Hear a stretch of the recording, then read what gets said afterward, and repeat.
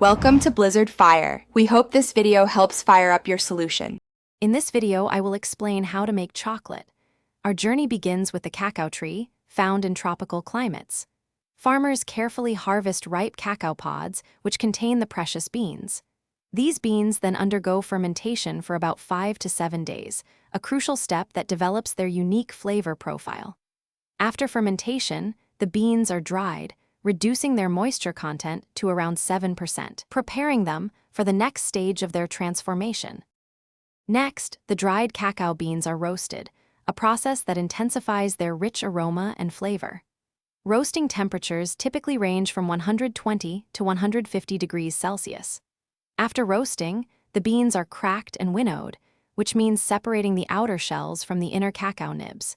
These nibs are the true essence of chocolate, containing approximately 50% cocoa butter, which is vital for its smooth texture. The cacao nibs are then ground into a fine paste, which is known as chocolate liquor. This liquor is then refined, a critical step that reduces the particle size to 20 microns or even less, ensuring a silky smooth mouthfeel. Following refining, the chocolate undergoes conching, a process that can last from several hours to several days. Conching further develops the flavor and texture, removing unwanted volatile acids.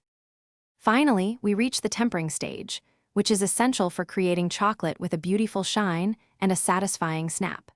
Tempering involves carefully controlling the chocolate's temperature, typically between 28 and 32 degrees Celsius, to stabilize the cocoa butter crystals.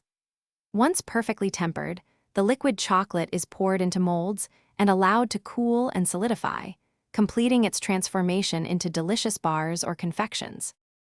Thanks for watching. If you found this helpful, don't forget to like and subscribe.